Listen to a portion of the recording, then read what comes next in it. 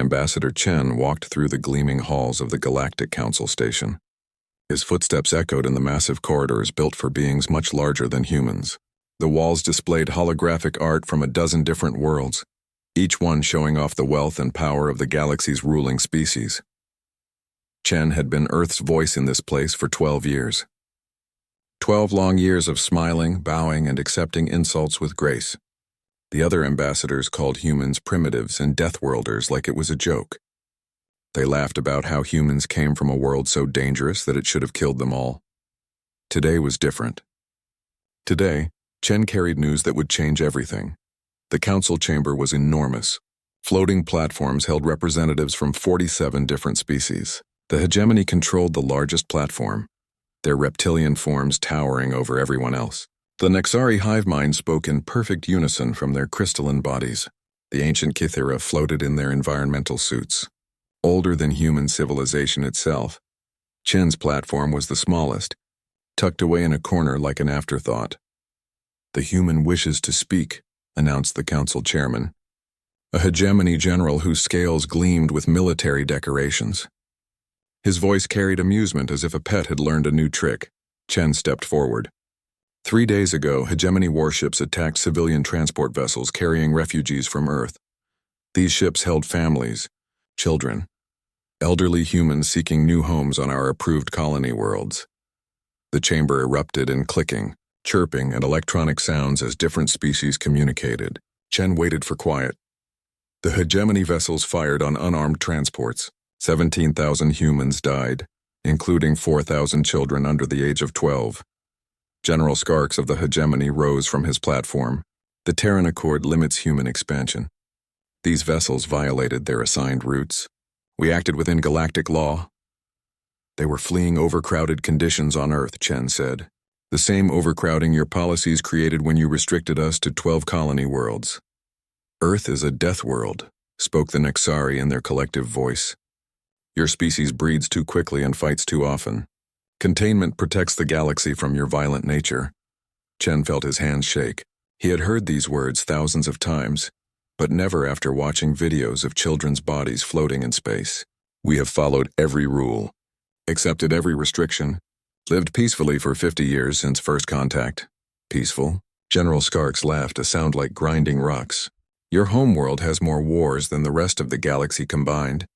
Your entertainment glorifies violence. Your children play with weapon replicas. The Kythera's ancient voice whispered through their translator. The human ambassador fails to understand. His species is inherently dangerous. The death of some individuals prevents the death of entire civilizations. Chen looked around the chamber. These beings ruled over trillions of peaceful citizens across the galaxy. They lived on garden worlds with gentle weather and no predators. Their idea of conflict was a strongly worded trade disagreement. You speak of danger, Chen said quietly. You fear what humans might become. But you've never asked what we've already become? We know what you are, said the Nexari. Warriors from a world that tried to kill you since birth. This is why you must be controlled. Chen reached into his jacket and pulled out a small device. Every security scanner in the chamber had cleared it as harmless, just a simple data storage unit. This contains footage from the attack on our transports. I want you to see what your population control looked like. The chamber's main display activated. Images filled the air showing the inside of a human transport ship. Families huddled together as explosions rocked their vessel. Children cried as emergency lights flashed. Then the hull broke open and everything went silent. Moving pictures of casualties prove nothing, General Skark said. All species suffer losses for the greater good. Chen closed his eyes. He thought about his own daughter, safe on Earth but growing up in a world where humans were treated like animals in a cage. I came here to ask for justice, for protection, for recognition that humans are people too. He opened his eyes and looked at each platform in turn. But I see now that you'll never view us as equals. To you, we're just dangerous animals that need to be kept in line. The chairman gestured dismissively. The human has spoken. We shall vote on authorizing additional containment measures to prevent future violations. One by one, the species voted. The hegemony voted yes. The Nexari voted yes. The Kythera voted yes. 44 species agreed that humanity needed stricter controls. Only the small Terran alliance voted no, along with 2 minor species that traded with human colonies. "The measure passes," announced the chairman. "Hegemony forces are authorized to increase patrols and enforcement actions in human space." Chen stood on his small platform, surrounded by beings who had just voted to treat his people like criminals. The same beings who had laughed when he described children dying in the cold vacuum of space. He activated his communicator, knowing that every word would be recorded by Council security. "Admiral Kane, this is Ambassador Chen. The Council has voted to authorize further attacks on our civilian population. Diplomatic solutions are no longer possible."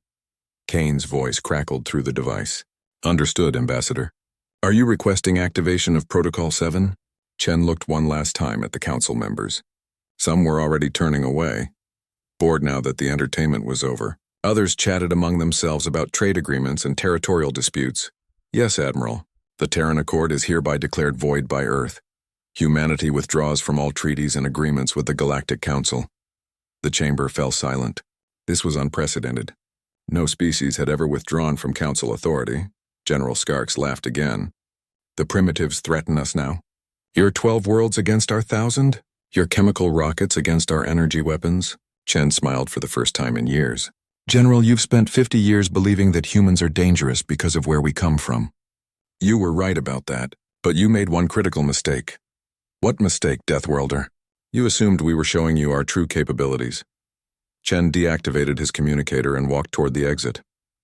Behind him, the Council erupted into chaos as species demanded to know what humans were really capable of. But Chen was already gone, heading for the shuttle bay where a human transport waited. As he boarded the ship, he sent one final message to Earth.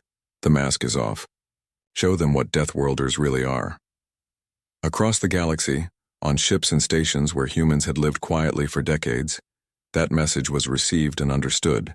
In hidden compartments and disguised cargo holds, weapon systems came online. Humans who had played the role of peaceful traders and workers began revealing their true training. The Galactic Council had spent 50 years treating humanity like a caged animal. They had poked and prodded and laughed at the primitive Deathworlders. Now they were about to learn why Earth was called a death world, and why the humans who survived it were the most dangerous species the galaxy had ever encountered. The war was about to begin, and the galaxy had no idea what was coming. Captain Maria Santos stood on the bridge of the merchant vessel New Horizons. For 15 years, she had hauled cargo between human colonies and alien worlds. The ship looked like any other human freighter, slow and basic compared to alien technology. Today, that would change. "Captain," called her communications officer, "we're receiving Admiral Kane's authentication codes. Protocol 7 is active." Santos nodded and walked to a panel that had been marked "Emergency Repairs Only" for the entire life of the ship. She placed her hand on the scanner and spoke clearly. "Santos Maria Elena, Captain Earth Defense Force, serial number 77 Alpha 9. The panel opened, revealing controls that definitely did not belong on a cargo ship. "All hands, this is the captain. Battle stations. Drop the disguise." Throughout the ship, hidden compartments opened. Crew members who had spent years pretending to be simple cargo handlers pulled on military gear and moved to weapon stations. The New Horizons began to change shape as armor plating extended, and weapon pods emerged from concealed bays. In space, the ship that had looked like a harmless freighter was now clearly a warship. Santos activated the communication system. "Hegemony Patrol Vessel Conquest. This is Captain Santos of the Earth defense ship New Horizons. You are ordered to surrender immediately." The reply came quickly, filled with the grinding laughter of hegemony officers. "Human cargo vessel, you will submit to inspection. Your species has violated Council law. Negative, Conquest. You attacked our civilian transports. The time for following your laws has ended." The hegemony ship was 3 times larger than the New Horizons. Its energy shields glowed bright blue as weapons charged. Captain Vorthak appeared on the screen, his reptilian features twisted in amusement. "Small human ship thinks to threaten the hegemony? Our shields can absorb anything your primitive weapons can produce." Santos smiled. "Captain Vorthak, your species never learned to think outside the box. You see shields and think they stop everything, but shields are designed to stop energy weapons and slow-moving projectiles. What are you talking about, primitive? We call it relativistic kill vehicle technology. Been working on it for 30 years while you thought we were playing with chemical rockets." Santos turned to her weapons officer. Fire Railgun 1. Low power demonstration. The New Horizons had no visible weapon ports, but something launched from the ship at incredible speed. It looked like a small piece of metal, no bigger than a coin, but it was moving at 30% of light speed.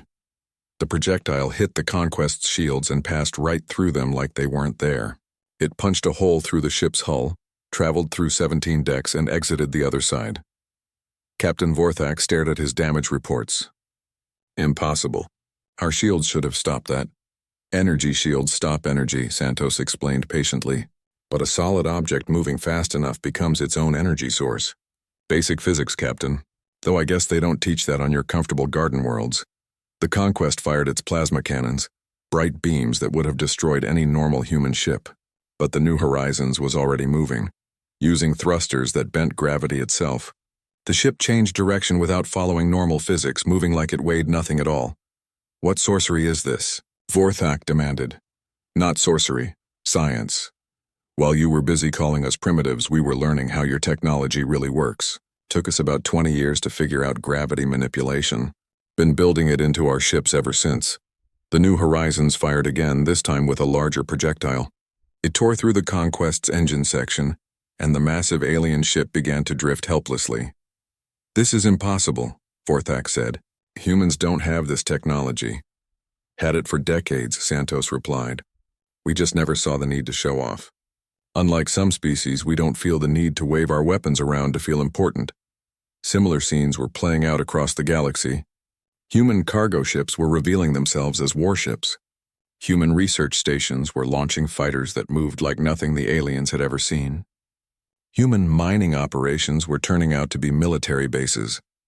On the Nexari homeworld, 3 human freighters had been orbiting for months, bringing medical supplies to help with a plague outbreak.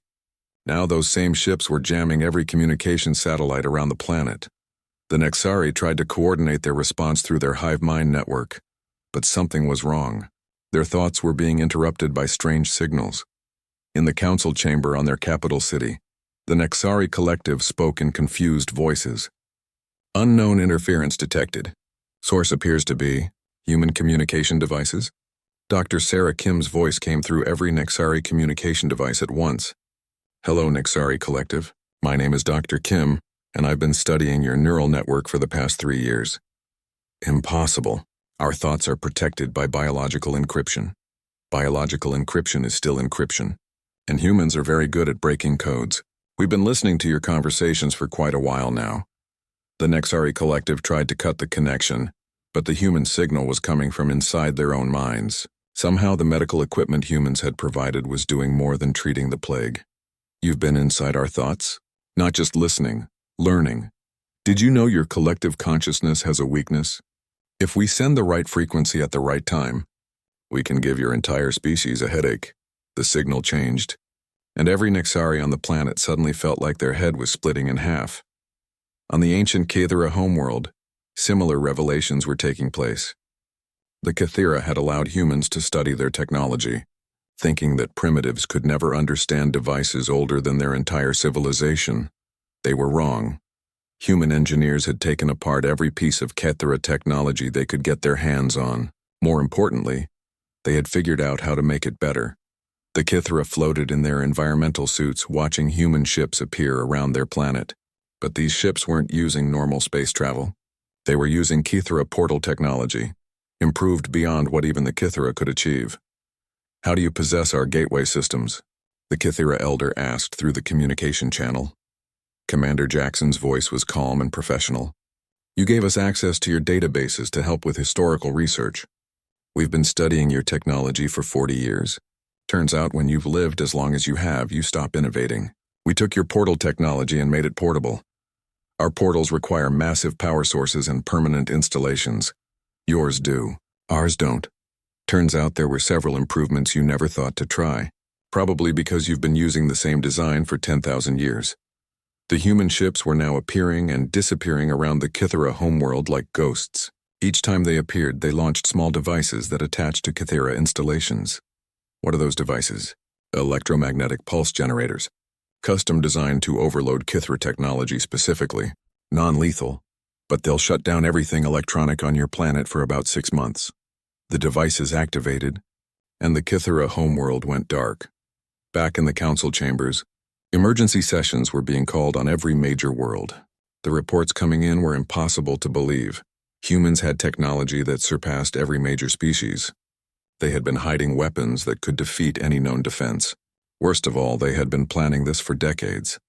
General Skarks received a direct communication from Admiral Kane on Earth. The human admiral appeared on screen, wearing a uniform that looked nothing like the simple clothes humans usually wore in council meetings. General Skarks, this is Admiral Kane of the Earth Defense Force. I thought you should know that your attack on our civilian transports was a mistake. Admiral? Humans don't have admirals. You barely have a space force, Kane smiled.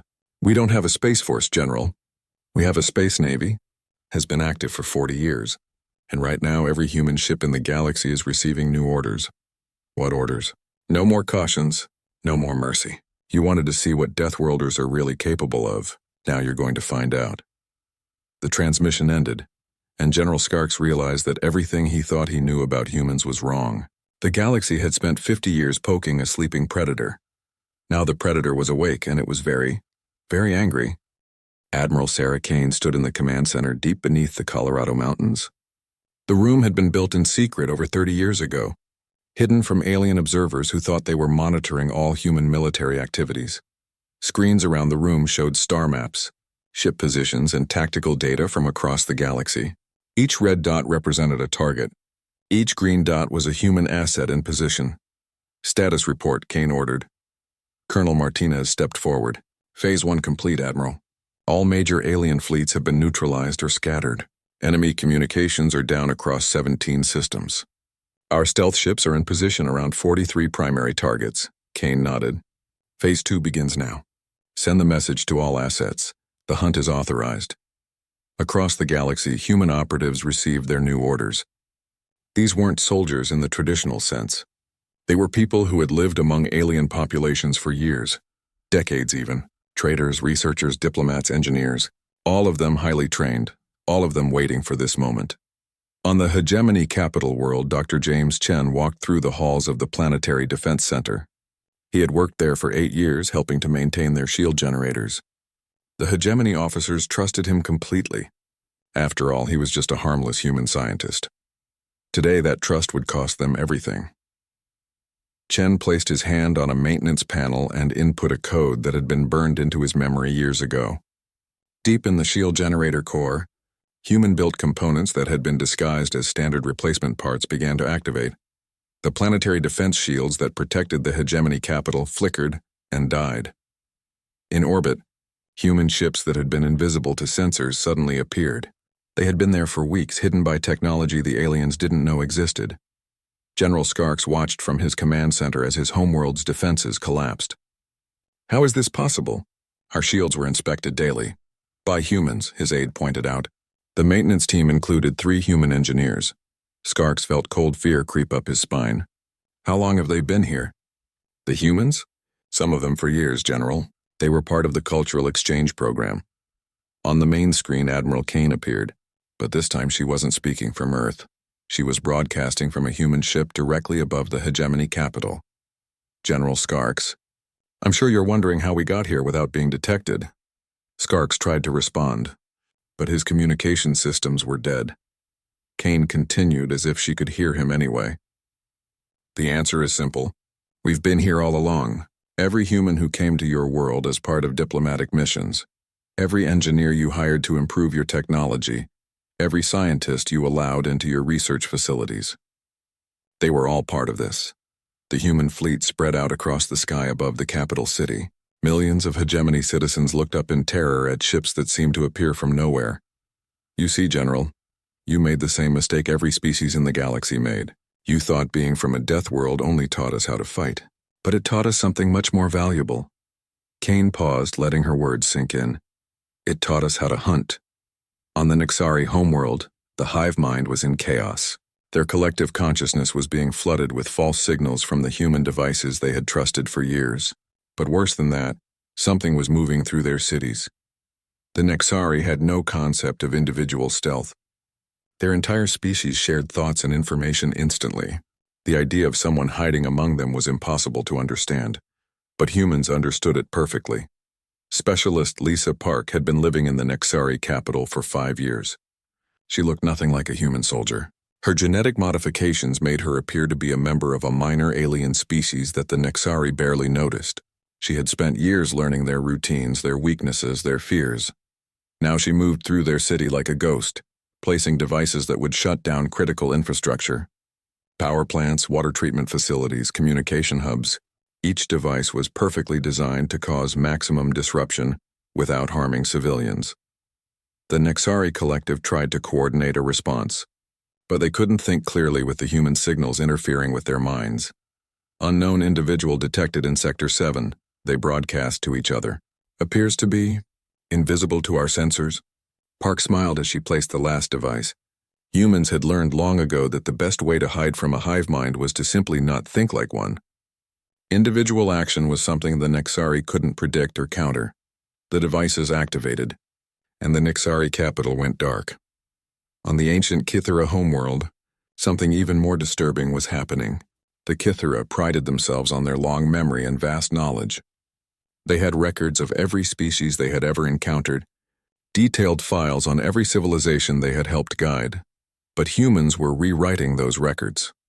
Dr. Michael Torres had been granted access to the Kithera archives as part of a historical research project. He had spent 3 years carefully studying their data storage systems. Now he was using that knowledge to insert false information into their most sacred databases. The Kithera elders floated in their environmental suits, trying to access their own memories, only to find that their records now showed completely different information. The historical data has been corrupted, one elder whispered.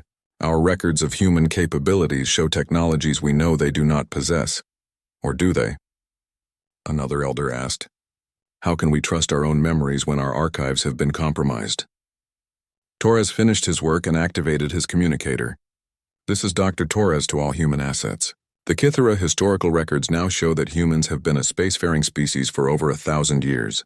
Their own archives will tell them that we've been hiding our true capabilities since first contact. It was a psychological warfare masterpiece. The Kithera would now doubt everything they thought they knew about humanity. Back on Earth, Admiral Kane was coordinating the largest military operation in human history. But this wasn't about conquest. It was about sending a message. Admiral, Colonel Martinez reported, we're receiving surrender requests from 14 different species. They're asking for terms. Kane studied the tactical display. Human forces had effectively neutralized the 3 most powerful military forces in the galaxy in less than 48 hours. And they had done it without firing a single shot at civilian targets. Send the same message to all of them, Kane ordered. We don't want their surrender. We want them to remember what happened here. She activated the galaxy-wide broadcast system that humans had secretly accessed years ago. This is Admiral Kane of the Earth Defense Force, speaking to all sentient species in the galaxy. For 50 years, you have treated humanity as a threat to be contained. You have restricted our expansion, limited our growth, and when we protested, you responded with violence against our civilians. The broadcast reached every inhabited world in known space. You feared us because we came from a death world. You were right to fear us, but not for the reasons you thought. Kane paused, knowing that billions of beings across the galaxy were listening. You thought our homeworld made us violent. It didn't. It made us survivors. It taught us to adapt, to plan, to think ahead. Most importantly, it taught us that sometimes the most dangerous predator is the one you never see coming. On worlds across the galaxy, alien leaders realized the true scope of what had happened. Humans hadn't just built better weapons. They had infiltrated every major civilization, learned every weakness, planned every move. Every human you welcomed into your worlds, every cultural exchange, every peaceful mission, they were all gathering intelligence. Learning your languages, studying your technology, understanding your psychology. The message was clear. Humanity hadn't just won a battle. They had won a war that most species didn't even know was being fought. You hunted our civilians, Kane continued. Now you know what it feels like to be prey. The broadcast ended, but the message echoed across the galaxy. The Deathworlders had shown their true nature, and it was more terrifying than anyone had imagined. They weren't just warriors. They were the perfect predators. The emergency session of the Galactic Council was chaos. Representatives from 47 species argued, shouted, and blamed each other for the disaster that had befallen the galaxy. The great chamber that had once been a symbol of unity and order now echoed with panic and fear. Chancellor Vex of the Altarian Federation banged his ceremonial gavel repeatedly, trying to restore order. The Council will come to order. We must respond to the human threat in a coordinated manner. Coordinated? General Skark's voice was bitter. His homeworld was still under human blockade. Its defenses completely neutralized. Half our fleets are disabled. Our most secure installations have been compromised. The humans have been planning this for decades while we treated them like children. The Nexari collective spoke in fractured voices, their usual perfect unity broken by human interference. Our thoughts disrupted, cannot coordinate, hive mind compromised. Ambassador Thranks of the Valdari Empire stood on his platform, his forearms gesturing wildly. This is all the hegemony's fault. If you hadn't attacked their civilian ships, none of this would have happened. Don't blame us, Skark snarled. Every species here voted to authorize those actions. You all wanted to keep the humans contained. The Kithra elder floated silently in his environmental suit before speaking in his ancient, whispering voice. Our archives have been corrupted. Everything we thought we knew about human capabilities appears to be false. We cannot trust our own records. Chancellor Vex looked around the chamber at the panicking representatives. These beings ruled over trillions of citizens across thousands of worlds. They commanded technology that could reshape planets and travel between stars. Yet they had been completely outmaneuvered by a species they considered primitive. The question before us, Vex said, is how to respond. Do we negotiate with the humans or do we prepare for total war? Before anyone could answer, the chamber's main display activated without authorization. Admiral Kane appeared on screen, broadcasting from the human fleet that had appeared around the council station itself. Honorable members of the Galactic Council, Kane said with mock politeness. I thought you should know that we've been listening to your deliberations. Vex stood up in shock. This facility is secure. Our communications are encrypted. Kane smiled. Ambassador Chen installed several useful devices during his 12 years of service here. We've been recording everything that's been said in this chamber for quite some time. The implications hit the council members like a physical blow. If humans had been monitoring their private discussions, they knew about every alliance, every weakness, every secret agreement. What do you want? Vex asked. Nothing from you, Kane replied. We're simply here to observe as your alliance collapses. On cue, several species began evacuating their representatives from the station.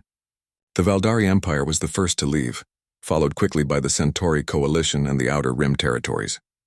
Where are you going? Skarks demanded. Ambassador Thranks paused at the exit, as far from you as possible. The humans didn't attack our worlds because we didn't vote to authorize violence against their civilians. This is your war, not ours. Within hours, the Great Galactic Council had fractured. Species that had been allies for centuries were now blaming each other for provoking humanity's wrath. But worse was yet to come. Deep in the Hegemony Military Command Center, desperate officers were planning a final strike. If they couldn't defeat the human fleets, they would destroy the source of human power. Prepare the planet killers, General Skarks ordered. Target Earth directly. If we destroy their homeworld, their scattered forces will have no choice but to surrender. His aide hesitated. Sir, using planet-killing weapons against a civilian population, that's considered a war crime by every species in the galaxy. The humans have already broken every rule of civilized warfare, Skarks replied. We fight fire with fire. 3 massive hegemony dreadnoughts equipped with world-ending weapons began moving toward Earth. Their journey would take 2 days, but when they arrived, they would have the power to crack a planet in half. Admiral Kane received the intelligence report while reviewing surrender requests from minor species across the galaxy. Admiral, Colonel Martinez said quietly, Hegemony long-range sensors show 3 dreadnoughts heading for Earth. They're armed with antimatter planet killers. Kane felt something cold settle in her stomach. The Hegemony was planning to destroy Earth itself, killing the 8 billion humans who lived there. How long until they reach Earth? 36 hours at their current speed. Kane closed her eyes. Up until now, humanity had shown restraint. They had neutralized military targets without harming civilians. They had demonstrated their power without causing unnecessary casualties. That was about to change. "Send a message to all human assets across the galaxy," Kane ordered. "Operation Thunderstorm is authorized. Remove all limitations on collateral damage." For the first time since the war began, real fear entered Kane's voice. "They want to see what angry Deathworlders are capable of. Show them." On the hegemony homeworld, the blockade suddenly became something much worse. Human ships that had been content to disable defense systems began targeting infrastructure directly. Power plants, water treatment facilities, transportation hubs. Everything that kept a modern civilization running was systematically destroyed. But the humans weren't just destroying buildings. They were demonstrating technologies that defied everything the galaxy thought they knew about physics. Colonel Chen, the same man who had sabotaged the planetary shields, now revealed that every piece of human technology installed on the planet over the past 8 years contained something special. Nanomachines, microscopic robots that had been sleeping in human-built components throughout the hegemony capital began to activate. They started dismantling critical systems from the inside, molecule by molecule. "What's happening to our technology?" a hegemony technician reported. "Equipment is simply falling apart." General Skarks watched in horror as his command center dissolved around him. The walls themselves were being taken apart by machines too small to see. "How is this possible?" Dr. Chen appeared on the communication screen, no longer disguised as a harmless maintenance worker. "Molecular nanotechnology, General. We've been building it into every system we've touched for years. Consider it a going-away present." Similar scenes were playing out across the galaxy. Human sleeper agents were revealing technologies that seemed like magic to species that had grown comfortable with their understanding of science. On the Nexari homeworld, human-built medical devices suddenly released clouds of psychoactive compounds designed specifically for Nexari brain chemistry. The hive mind found itself experiencing emotions it had never felt before: fear, confusion, individual thought. On Kythera worlds, the ancient archives that stored 10,000 years of knowledge began rewriting themselves, replacing historical facts with human propaganda. But it was on Earth where the most shocking revelation occurred. As the hegemony dreadnoughts approached the Sol system, they encountered something impossible. Earth wasn't just defended by the human fleet. The entire solar system had been turned into a weapon. Asteroids that had been mined by humans for decades suddenly revealed themselves to be massive railgun installations. The moon itself opened up to reveal launch bays for ships larger than anything humanity had previously shown. Most shocking of all, the sun began to behave strangely. Solar flares erupted in patterns that couldn't be natural, as if something was controlling the star itself. Captain Vorthak of the lead dreadnought stared at his sensors in disbelief. "They've weaponized their entire star system. How long have they been planning this?" The answer came from Admiral Kane, broadcasting from a command ship that seemed to be partially embedded in Earth's moon. "Since the day we met you, Captain, every human world, every space station, every mining operation, they were all part of a single defensive network. Did you really think a species that survived on a death world would leave their home undefended?" The 3 dreadnoughts found themselves surrounded by weapons they couldn't even classify. Gravity itself seemed to be under human control, pulling their ships toward carefully positioned gravity wells. "This is impossible," Vorthak whispered. "Your species is only 50 years old in space." Kane's smile was cold as the vacuum of space. "Our species is 50,000 years old, Captain. We've been planning for threats like you since we first looked up at the stars. The hegemony's final gambit had failed. Their planet-killing weapons were useless against a species that had turned their entire solar system into a fortress." As the dreadnoughts were captured by human gravity weapons, Kane sent one final message to the galaxy. "You wanted to kill our children, our families, our homeworld. Now you understand the difference between showing mercy and being weak. Humanity chose mercy for 50 years. Today we choose justice." The galaxy trembled as it realized that the Deathworlders had been holding back their true power all along. And now, with Earth itself threatened, there would be no more restraint. The real war was about to begin. 1 year later, Admiral Sarah Kane stood before the newly constructed Galactic Assembly. The old council chamber had been destroyed during the war, along with much of the power structure that had ruled the galaxy for millennia. The new assembly hall was different. Instead of platforms arranged by species power and influence, representatives sat in a circle where everyone was equal. The human delegation didn't even have the largest section. That honor belonged to a coalition of smaller species that had never had a voice under the old system. Kane wore a simple uniform without the decorations that alien officials loved to display. She had come not as a conqueror, but as someone with a message to deliver. Honored representatives, Kane began, her voice carrying clearly through the chamber's acoustics. 1 year ago, the species of this galaxy learned what happens when you threaten humanity's children. Today I'm here to discuss what comes next. The audience was very different from the old council. General Skark sat in a simple chair, no longer commanding vast fleets but representing the hegemony's new civilian government.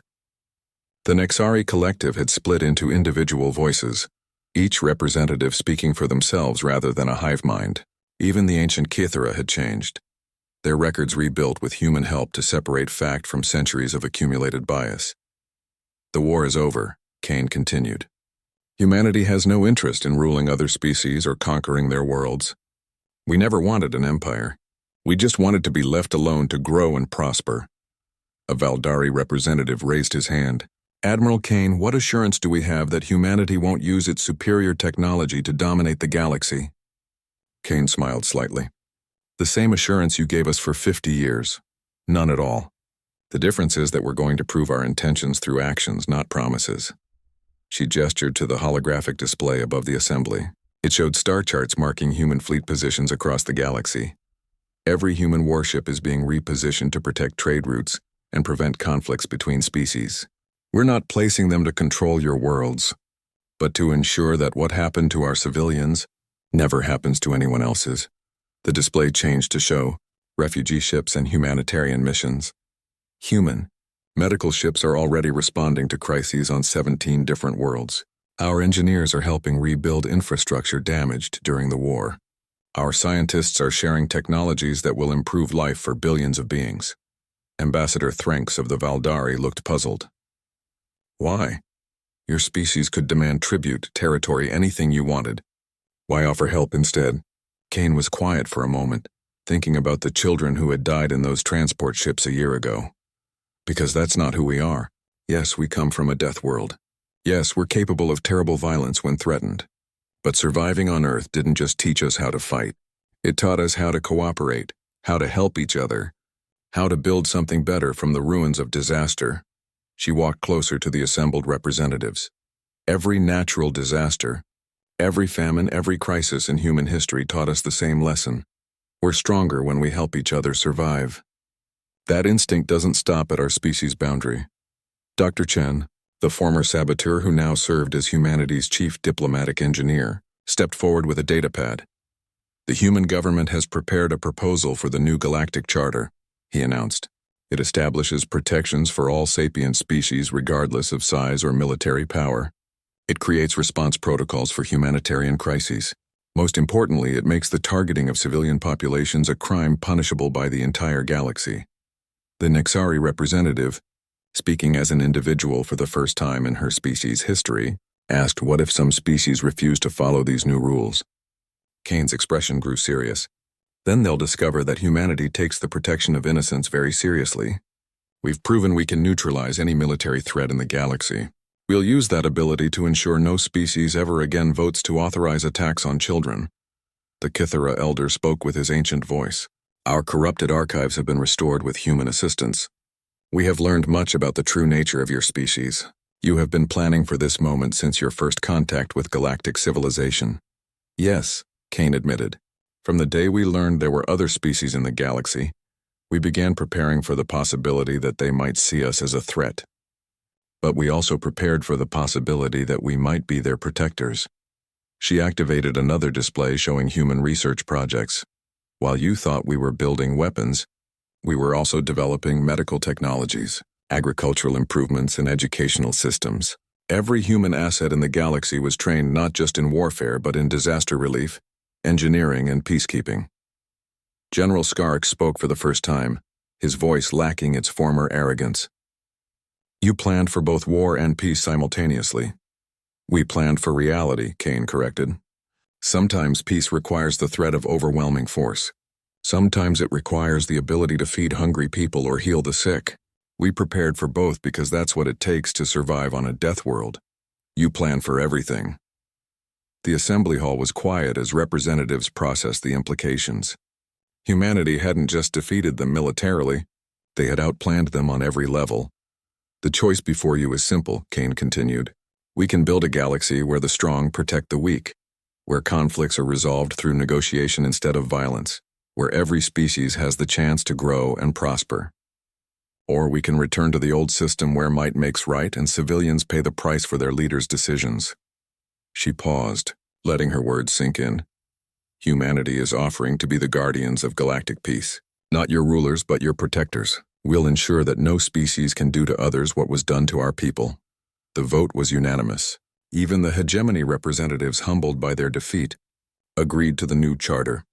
As the assembly dispersed, former enemies now working together to rebuild what war had destroyed, Kane received a message from Earth.